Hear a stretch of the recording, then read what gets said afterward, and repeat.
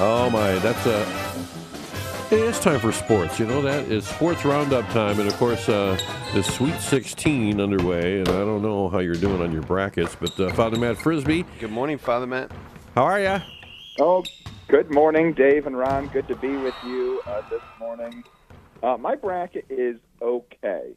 Yeah, you know, the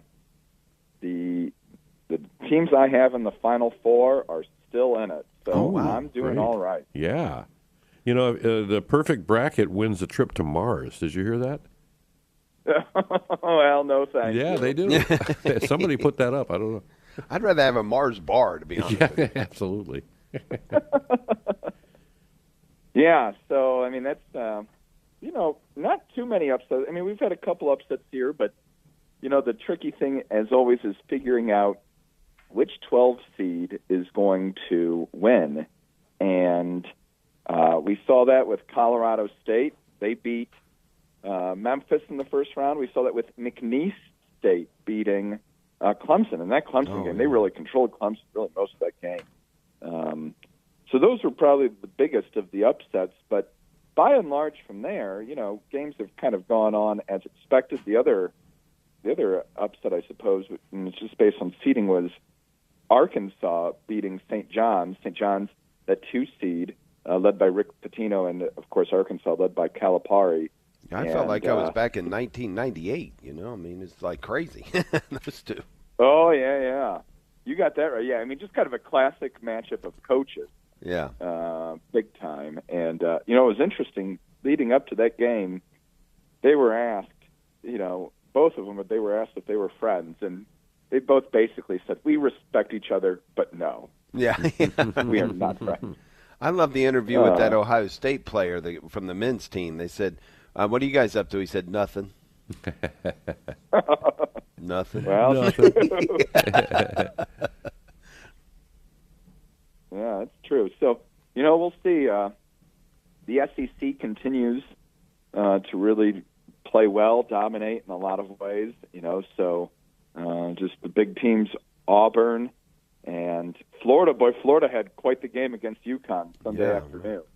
UConn gave them everything they could handle, and I think for UConn, boy, they, you know, being the 2-time defending champions, they, I think they had won something like 13 NCAA tournament games in a row or something like that, and that has come to an end, but, boy, they were right there. I mean, 77-75. I mean, they had a chance to win.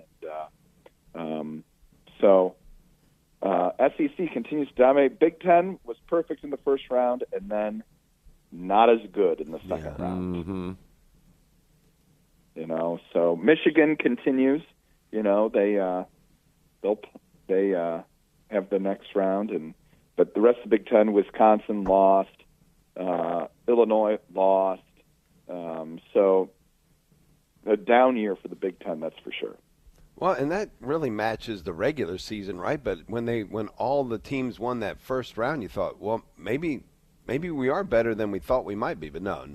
Basically, turns out we're having a down year. It's okay. We'll get it back. Yeah, that's right. I'm just looking forward to baseball season. And it begins Thursday, certainly for my favorite team, found in Cleveland, Ohio, the Indians or Guardians, whatever you want to call them, you know, and also then we look to the Tigers, and they begin, and the Tigers have a tough start. They're at the Dodgers on Thursday, so that's a rough opening day. The weather will be nice, if nothing else. I mean, that's the good news there. The weather should be nice out in L.A. compared to what it'll be here in our area. But Cleveland starts at Kansas City, the Tigers at the Dodgers.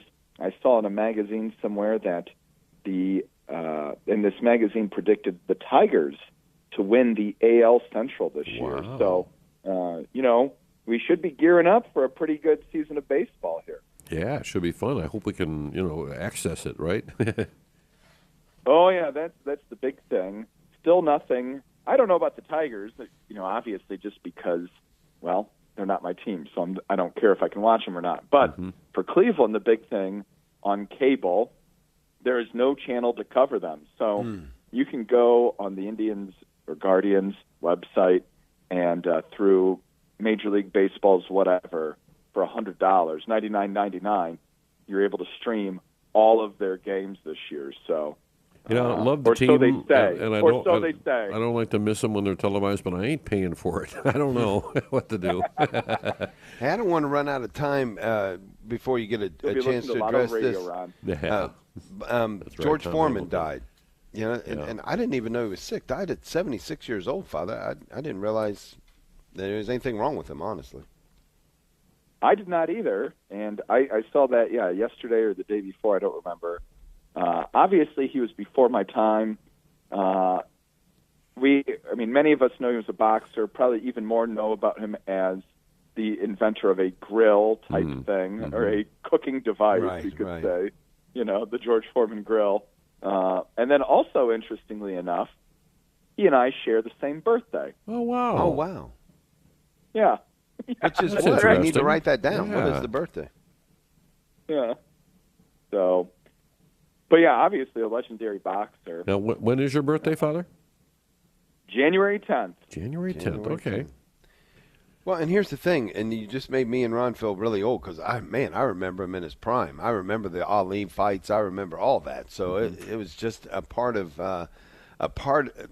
big part of sports back in the day when he was a boxer. Yeah, he was obviously very famous, and of course, all of his pallbearers are named George. I don't know if you knew that. Yeah, right. Everybody is named George. Oh, I do know that. Yeah, there you go. Father Matt Frisbee, thank you so much. Have a wonderful solemnity today. Thank you. You too. God bless.